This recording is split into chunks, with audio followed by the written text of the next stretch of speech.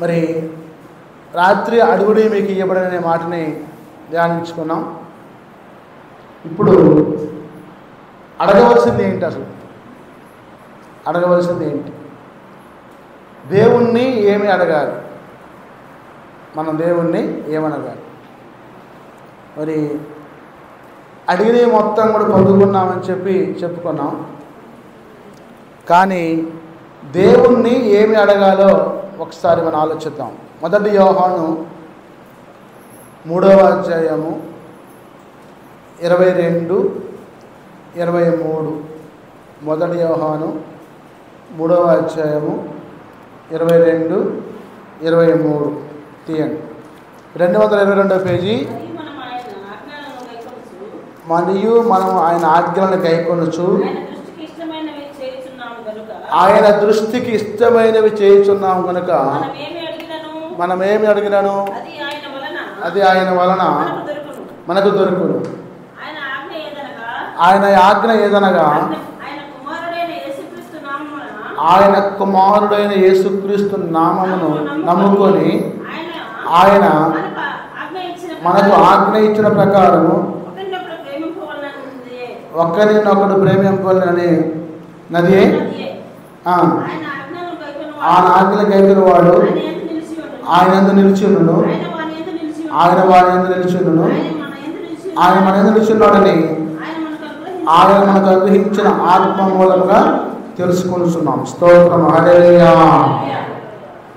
పల్లవి అసిచ్చేయమ్మా. దేవుడు మాట్లాడుతూ ఉన్నాడు.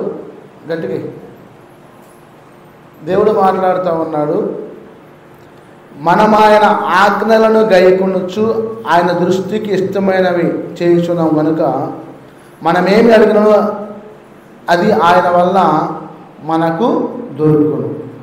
ఆయన ఆజ్ఞ ఏదనగా ఆయన కుమారుడైన యేసుక్రీస్తు నామమును నమ్ముకొని ఆయన మనకిచ్చిన ఆజ్ఞ ప్రకారము ఒకరినొకడు ప్రేమింపవలనది. స్తోత్రం. హల్లెలూయా.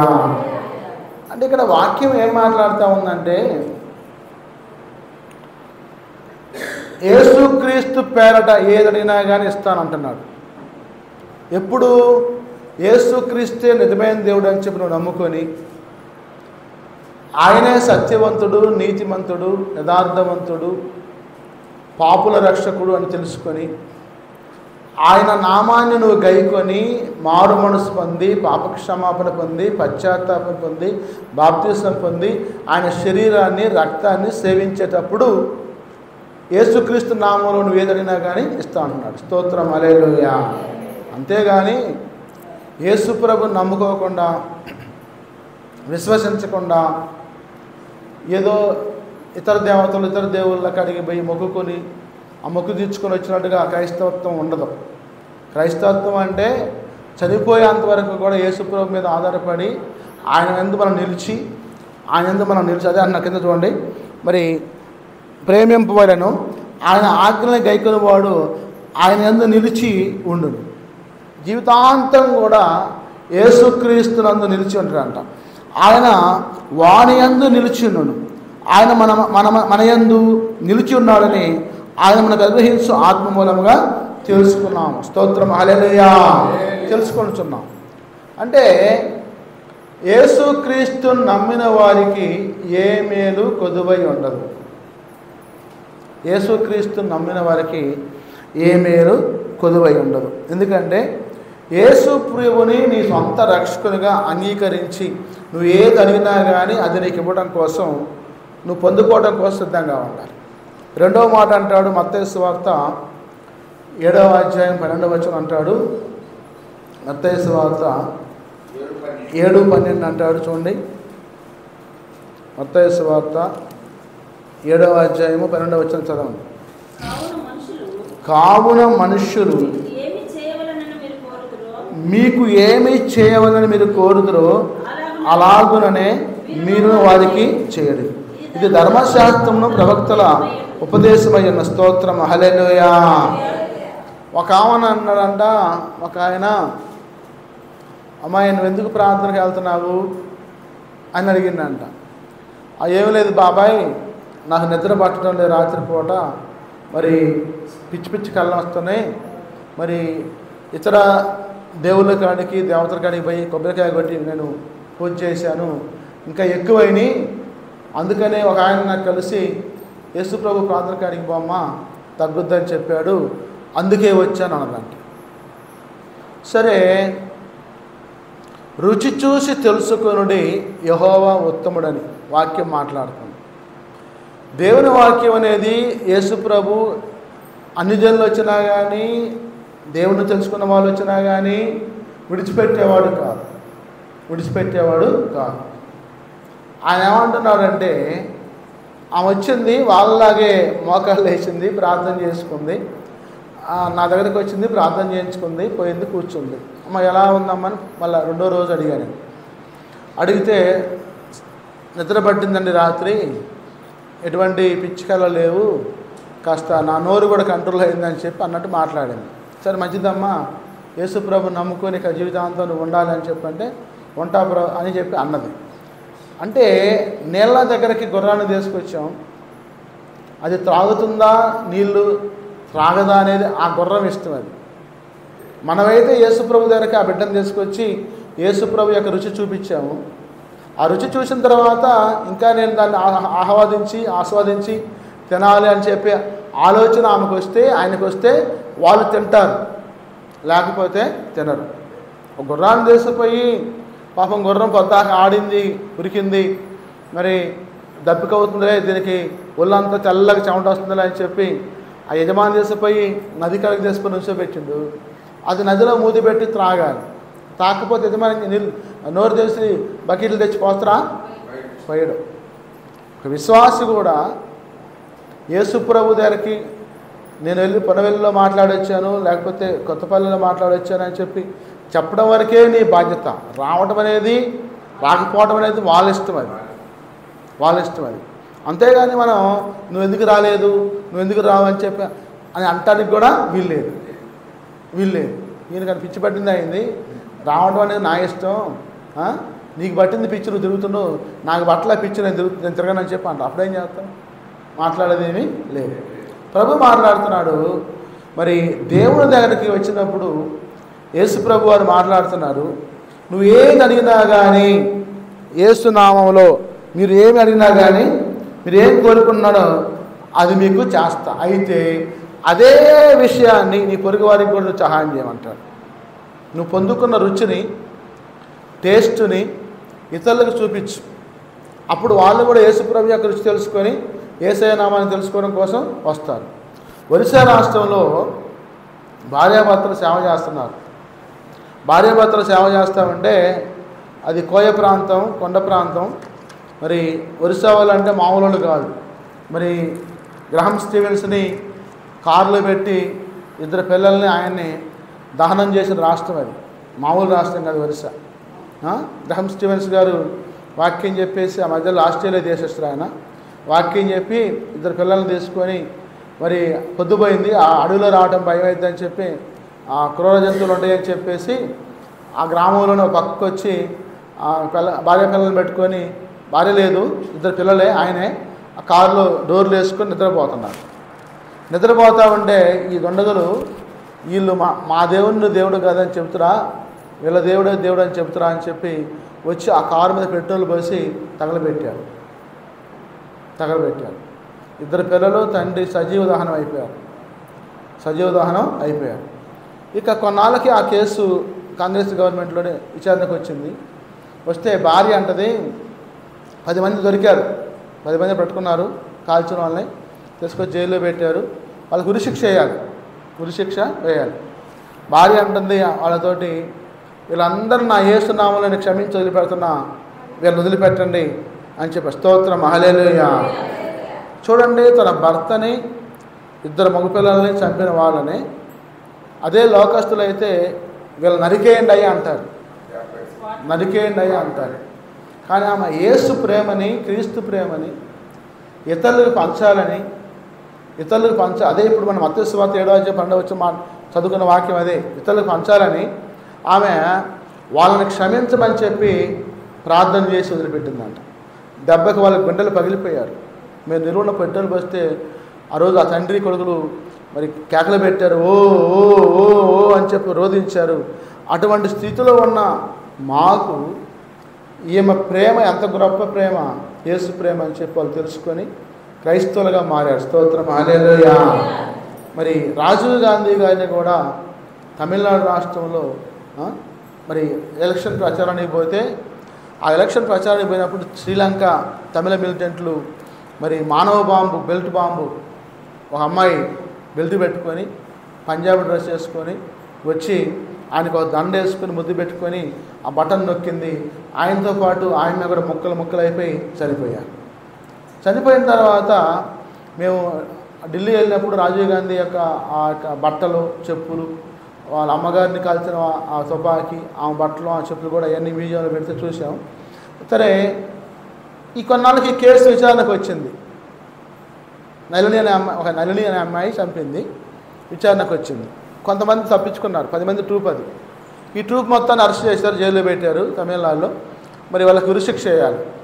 ఈ సోనియా గాంధీ అంటది, వీళ్ళని నేను క్షమిస్తున్నాను నా యేసునామంలో, వాళ్ళకి ఏ శిక్ష వద్దాను. స్తోత్రం, హల్లెలూయా. ఒక క్రైస్తవురాలు కాబట్టి సోనియా గాంధీ తన భర్తను చంపినా కానీ ఆ చంపిన వాళ్ళని క్షమించాలని చెప్పి ఆమె ప్రేమ చూపించింది. క్రైస్తవ ప్రేమ అంటే ఎంత ప్రేమ అంటే అది ప్రాణం పోతున్నా కానీ ప్రక్కవాన్ని కాపాడాలని చెప్పి చూసే ప్రేమ. యేసుప్రభు వారు సెలవులో ఉండి సెలవ వేయబడి గొల్గొతా కొండ మీద ఉన్నప్పుడు 2 దొంగలు ఆ పక్క ఒకడు ఈ పక్క ఒకడు ఉన్నారు. వాడు అంటున్నాడు, నువ్వు నిజమైన యేసుప్రభు అయితే, దేవుని కుమారుడు అయితే నిన్ను నువ్వు రక్షించుకొని మమ్మల్ని కూడా రక్షించవచ్చుగా అని ఒకడు అన్నాడు. రెండోవాడు అన్నాడు, మరి పాపి, దరిద్రుడా, మనం దొంగతనాలు చేసినాం, హత్యలు చేసినాం, మరి ఆయన ఏ పాపం మెరిగిన పావనామూర్తిరా, ఆయన ఏ పాపం చేయకుండా నన్ను సెలవు వేశారు, మనకి ఈ శిక్ష తగిందే అని వాడు అంటాడు. యేసయ్యా, నువ్వు నిజమైన దేవుడు నాకు తెలుసయ్యా, ఒకవేళ నేను చనిపోతే, నువ్వు చనిపోతే నీ రాజ్యంలో నన్ను జ్ఞాపకం చేసుకోమని చెప్పి పశ్చాత్తాపడి అడిగాడు.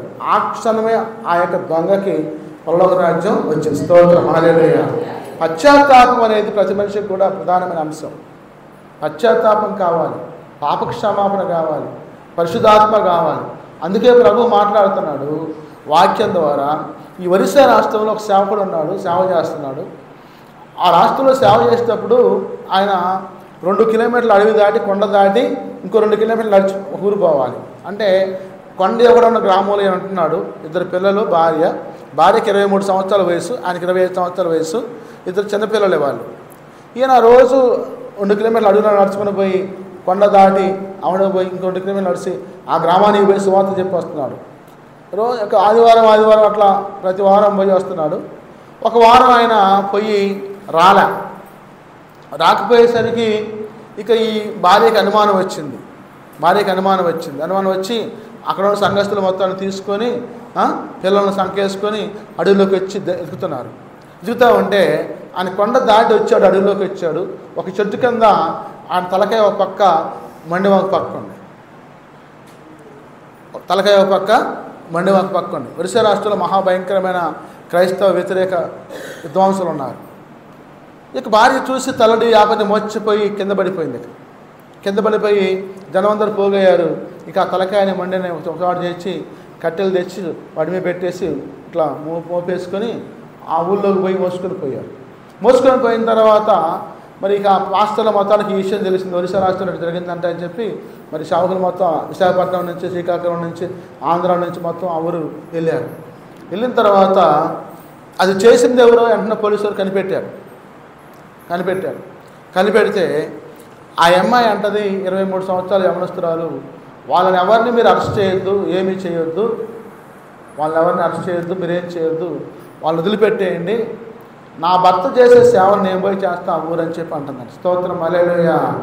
ఆ మాట అంటే ఇక అని ఆమె మోకాలు వేసి వచ్చిన పాస్టర్లు అందరూ నాకు ప్రార్థన చేయండి అని చెప్పి అంటే వాళ్ళు అంటున్నారంట, నువ్వే మాకు ప్రార్థన చేయమ్మా, నీ సాక్ష్యం గొప్పది, నీ భర్త చనిపోయి మండే ఒక చోట, తలకాయ ఒక చోట ఉన్నా కానీ నీవు సేవ చేస్తా అంటున్నావు చూసా, 2 పిల్లగాల్ని ఎవరైనా చూస్తే నా పిల్లలు పట్టుకుంటే నేను పోయి సేవ చేస్తా అంటున్నావు చూసా, అదే గొప్పతనం అమ్మా అని చెప్పి ఏడ్చారంట. కాబట్టి క్రైస్తవత్వంలో క్షమాగుణం ఉంది, ప్రేమ ఉంది. క్రైస్తవత్వంలో నిన్నువలని పొరుగువారిని ప్రేమించే తత్వం ఉంది. క్రైస్తవత్వంలో యేసుప్రభువే గొప్ప దేవుడు అని తెలిసినా కానీ దాన్ని ఒప్పుకొని ఆచరించే వాళ్ళు ఉన్నారు. ఒక సోనియా గాంధీ కావచ్చు, గ్రహం స్టీవెన్స్ భార్య కావచ్చు, ఈ సేవకురాలు కావచ్చు. అంటే ప్రేమని కనపరుస్తున్నారు. మాదిరికరమైన జీవితం జీవించాలి, మాదిరికరమైన జీవితాన్ని జీవించాలి. ఎందుకంటే మాదిరికరమైన జీవితం లేకుండా క్రైస్తవత్వం ఉందంటే అది వృధా, వేస్ట్. అలా నీకు డబ్బు సంచి దొరికిందనుకోండి, ఆ డబ్బు సంచిది ఎవరిదా అని చెప్పి చూసి నువ్వు వాళ్ళు లేకపోతే పోలీస్ స్టేషన్లో తీసుకొని అప్పగించాలి. అది క్రైస్తవత్వం అంటే. లేకపోతే ఒక పట్టీ దొరికిందనుకోండి, పట్టీ ఎవరిదో చూసి నువ్వు అప్పగించాలి. బంగారం దొరికిందనుకోండి, అప్పగించాలి. అంటే దేవుడు మీతో మాట్లాడుతామన్నాడు. యేసు ప్రభు అబద్ధమా ఆడొద్దు, దొంగతనం చేయొద్దు, వ్యభిచారం చేయొద్దు, విగ్రహారాధన చేయొద్దు, నిన్ను వల్ల నీ పొరుగువారిని ప్రేమించు, నీ తల్లిని తండ్రిని సన్మానించాలని చెప్తున్నాడు. కానీ నువ్వేం చేస్తున్నావు?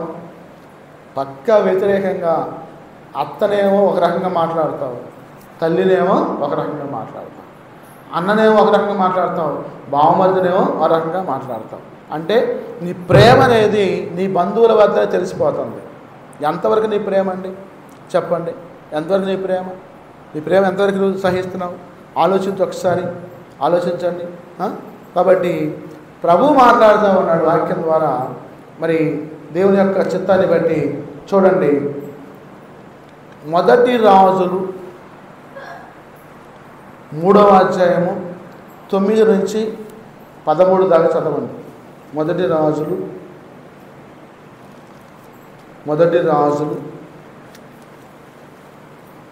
3వ అధ్యాయము 9 నుంచి 12 దాకా. ఇంత గొప్పదైన నీ జనమునకు న్యాయము తీర్చగలవాడు ఎవడు?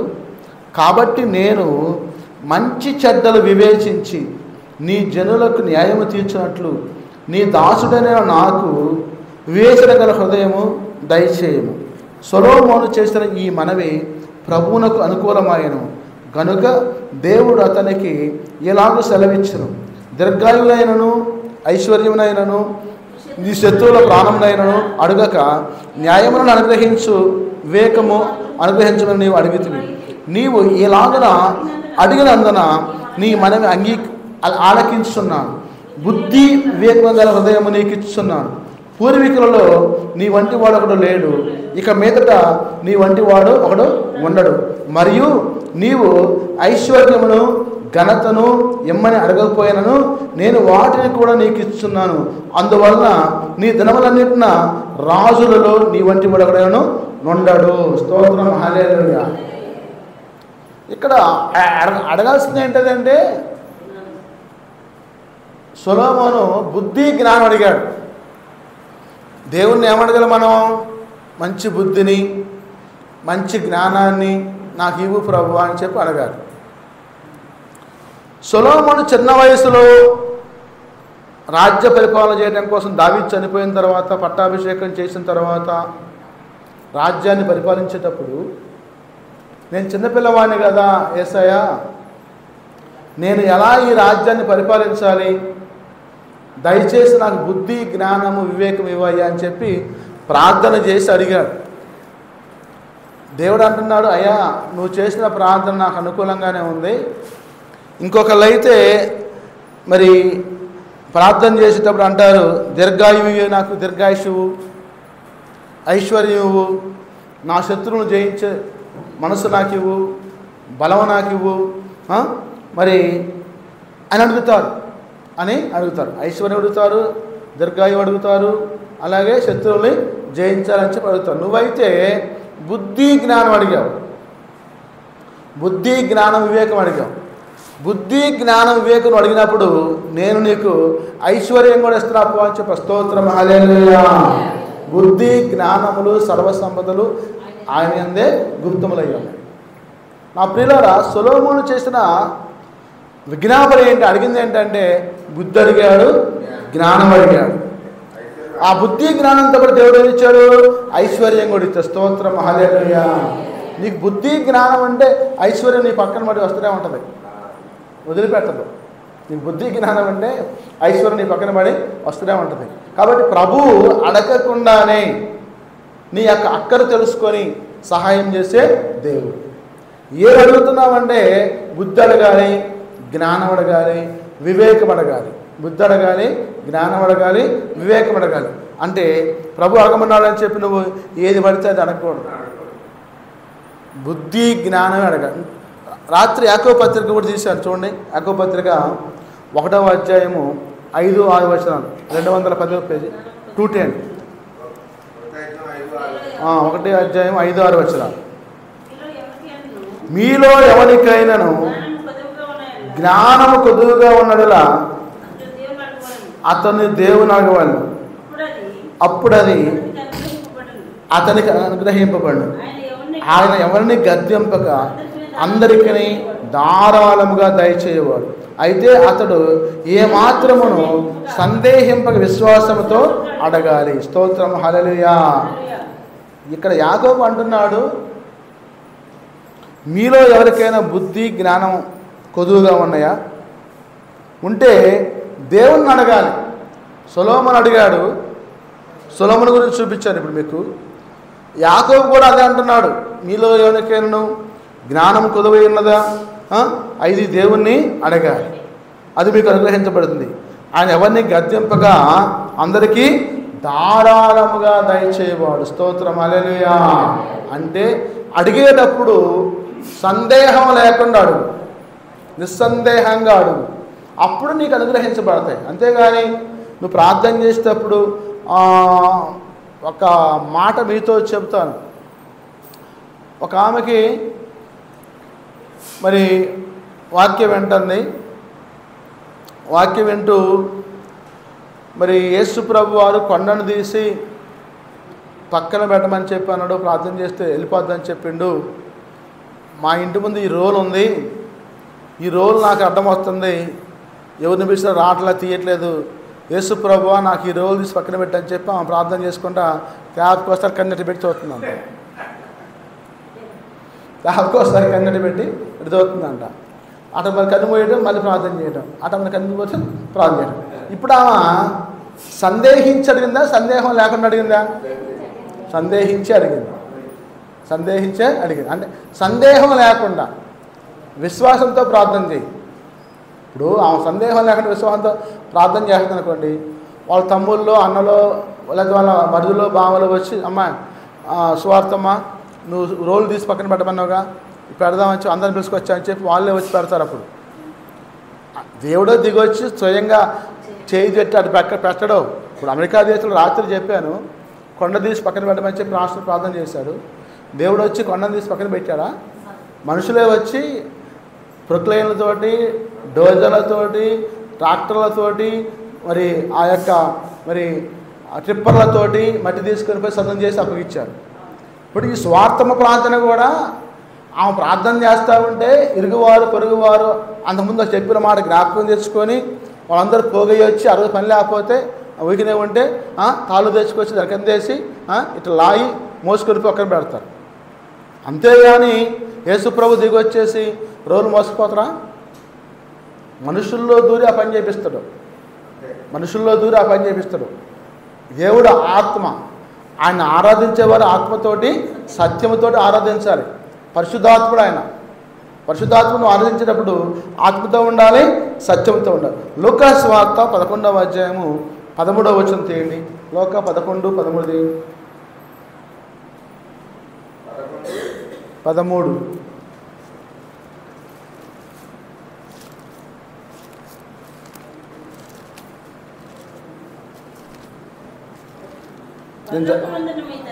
పరలోకమందున మీ తండ్రి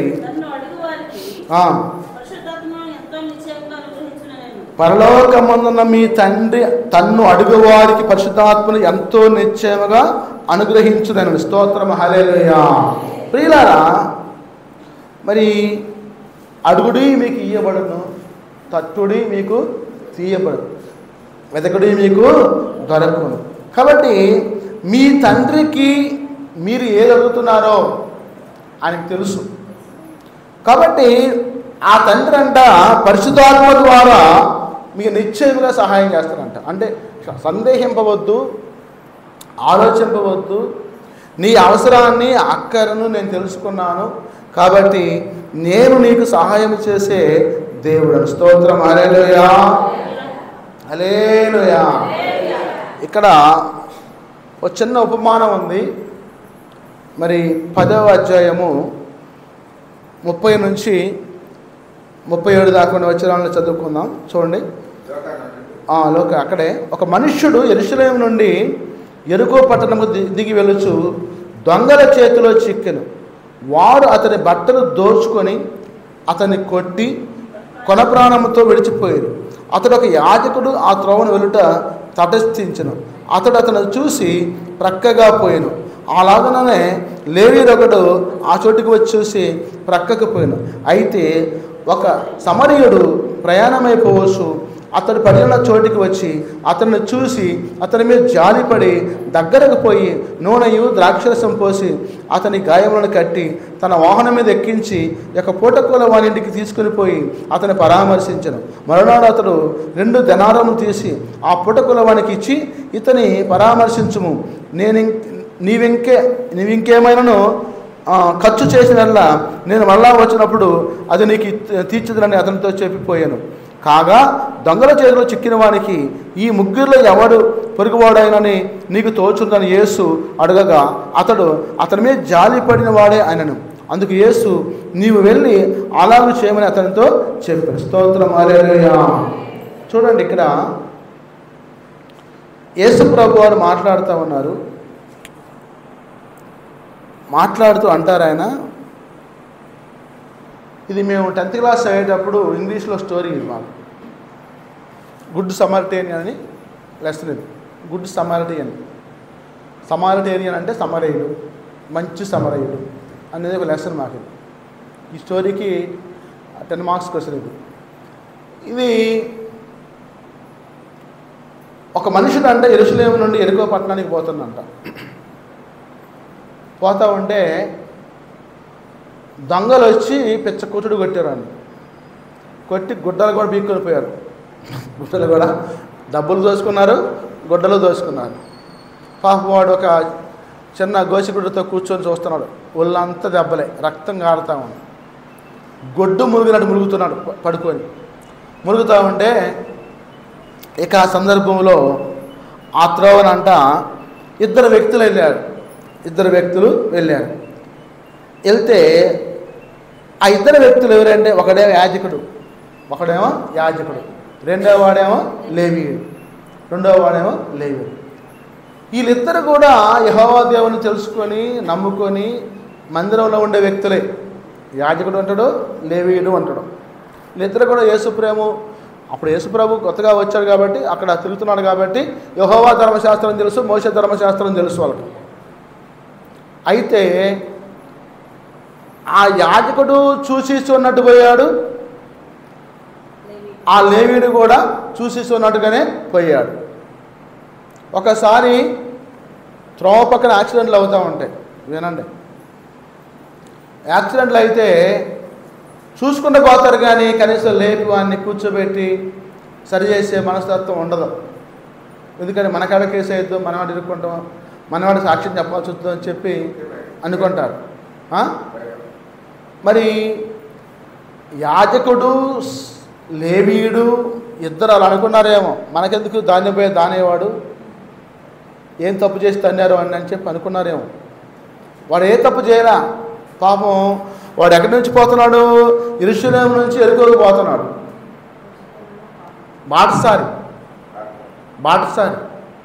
బాటసారిని కొట్టి కింద పడేశాడు. లేవీయుడు ఆదుకోలేదు, యాజకుడు ఆదుకోలేదు. యేసు ప్రభు యొక్క ప్రేమ తెలియనివాడు, యెహోవా ధర్మశాస్త్రం తెలియనివాడు, కటికి మోటోడు సమరయుడు. సమరయుడు అంటే అంటరానోడు. యెరూషలేము దేశంలో అంటరానోడు. ఈ యాజకుడు కానీ లేవీయుడు కానీ యూదులు కానీ సమరయుల్ని అంటరానులుగా చూస్తారు. మీరు పాపులరా, మాకు మీకు సాంగత్యం లేదు అని వాళ్ళని యథంగా పెట్టేవాళ్ళు. ఇప్పుడు అక్కడ యేసుప్రభు యాకోబు బావి కాడికి పోతే ఒక స్త్రీ వచ్చింది. యేసయ్య ఆయన అంటున్నాడు, నాకు దాహంగా ఉందమ్మా, దప్పికి తీర్చు అంటాడు. మేము సమరయులమయ్యా, అంటరాని వాళ్ళమి, మీరు యూదులు, మీకు మేము మంచులు పోతే తాగకూడదు అని అన్నది. ఆ ఆచారం మన భారతదేశంలో కూడా మొన్నటిదాకా ఉంది. ఎత్తిపట్టి మంచులు పోయడం, వాళ్ళ బిందాలకే, వాళ్ళ గ్లాసు వాళ్ళకి, వాళ్ళ పల్లెం వాళ్ళకి, వాళ్ళ తెపాలు వాళ్ళకి పెట్టి అంటరాని వాళ్ళగా చూశారు. ఆ పరిస్థితుల్లో ప్రపంచవ్యాప్తంగా ఇది నడుస్తుంది. అప్పుడు యెరూషలేములో కూడా నడుస్తూ ఉంది. సమరయ్యలను అంటరానులుగా చూశారు, పాపులుగా చూశారు యూదులు. ఆ స్త్రీ అన్నదే, అయ్యా మేము సమరయ్యలు విని మంచులు పోస్తే తాగకూడదు అంటే, లేదమ్మా నేను దప్పికొని ఉన్నాను, నా దాహం తీర్చు అని చెప్పి అన్నాడు. అన్న తర్వాత అన్నాడు, నీకు నిత్య జీవము, నీ ఊరడి ఓట జీవజలాన్ని ఇస్తానమ్మా అన్నాడు. జీవజలాన్ని ఇస్తాను. అయ్యా రోజు బాయికలకి రాలేకపోతున్నాను, చెతుకోలేకపోతున్నాను, తీసుకోలేకపోతున్నాను, ఆ జీవజలం నాకు ఇస్తే మా ఇంట్లో పెట్టుకొని తాగుతారు రోజు అని చెప్పి ఆమె అడిగింది. ఆయన అన్నాడు, నీ భర్తను తీసుకొని రాకు అన్నాడు. నాకు భర్త లేడయ్యా. నీ భర్త లేని మాట వాస్తవే, కానీ ఇప్పటికి నీకు 5 సెంటీమీటర్లు ఉన్నారని చెప్పింది. గుండెలు పగిలిపోయి ఆమెకి పగిలిపోయి, అయ్యా నువ్వు మెస్సియావా అని చెప్పి బోర్లో పడి తాళం మీద ఏడ్చింది. అమ్మా ఊరు మొత్తాన్ని తీసుకొని రా, నేను వాళ్ళతో మాట్లాడుతాంటే అందరం తీసుకొచ్చి 2 రోజులు ఆ ఊరిలో సువార్త చెప్పి యేసుప్రభువు ఆ గ్రామాన్ని రక్షించాడు. స్తోత్రం హల్లెలూయా. అలాగే ఈ సమరయుడు కూడా దారిని పోయేవాడు అని అనుకోవాలా. వాడి కాడికి పోయి శుభ్రంగా గుడ్డతో తుడిచి ఆ రక్తం అంతా నూనె తీసి ఆ గాయాలకు రాసి కాస్త ద్రాక్ష రసం ఉంటుంది తన దగ్గర తీసి తాపించి వాడికి తెరుకున్న తర్వాత తన వాహనాన్ని ఎక్కించుకొని, అంటే గాడిద వాహనం అంటే ఇప్పుడు గాడిదే కదా, గాడిద ఎక్కించుకొని ఆ యొక్క టౌన్లోకి తీసుకెళ్ళిపోయాడు. చూడండి పుట్టుకొల ఇంటి వాడికి తీసుకుపోయాడు. తీసుకుపోతే ఆ పుట్టుకొల వాడికి అతను ఏం చేశాడు, 2 దనారాలు ఇచ్చాడు. 2 దనారాలు ఇచ్చాడు. అంటే 2 దనారాలు అంటే ఇంచుమించు ₹1 అన్నాడు. ఇక్కడ 2 దనారాలు అంటే ఇంచుమించు ₹1. 2 దనారాలు ఇచ్చాడు. ఇచ్చి, నాయనా వీడికి కాస్త తగ్గిందాక నీ కాడు ఉంచుకో, అన్నం పెట్టు, కాస్త మందు ఏదో ఉంటే రాయుడికి, ఇంకేదైనా ఖర్చు అయితే నేను మా ఊరు వెళ్తున్నా, వచ్చేటప్పుడు ఇచ్చిపోతా అని చెప్పింది. ఎంత మనసు అండి, ఎంత మంచి మనసు.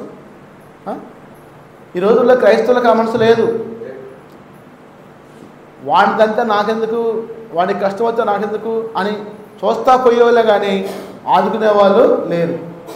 కాబట్టి దేవుడు మాట్లాడుతున్నాడు వాక్యం ద్వారా, నీవు మంచి సమరయుడుగా ఉండాలి. అంటే ఈ మంచి సమరయుడు నిన్ను వలె నీ పొరుగు వారిని ప్రేమించాడు. యేసుప్రభు ఈ ఉపమానం చెప్పాడు. ఈ ఉపమానం చెప్పి ఆ శిష్యులతో మాట్లాడి, మరి చూడండి ఇక్కడ, ఆ దొంగల చేతిలో చిక్కిన వానికి ఈ ముగ్గురులు ఎవడు పొరుగువాడని నీకు తోచుతున్నదని యేసు అడగగా, అతడు మీద జాలిపడేవాడే అనను. అందుకు యేసు, నీవును వెళ్ళి అలాగూ చేయమని అతనితో చెప్పు. స్తోత్రం హల్లెలూయా. మీరందరూ ఇతరులకు సహాయం చేయండి, పొరుగు వారికి సహాయం చేయండి, ఆపదలో ఉన్న వాళ్ళని ఆదుకోండి, జాలిపడండి, కనికరించండి అని చెప్పాడు. చెప్పిన తర్వాత దేవుడు మాట్లాడుతున్నాడు ఈ వాక్యం ద్వారా. మరి పరిశుద్ధాత్ముడు అంట ప్రతి అవసరాన్ని ఎంతో నిశ్చయముగా మనకి అనుగ్రహిస్తున్నాడంట. అటువంటి గొప్ప దేవుని నువ్వు స్తుతిస్తున్నావు. చూడండి, మరి అడుగు ప్రతివాడు ఎలాగూ పొందుకుంటాడో చూద్దాం. మరి మత్తయి సువార్త 21:22 తీయండి. మత్తయి సువార్త 21:22.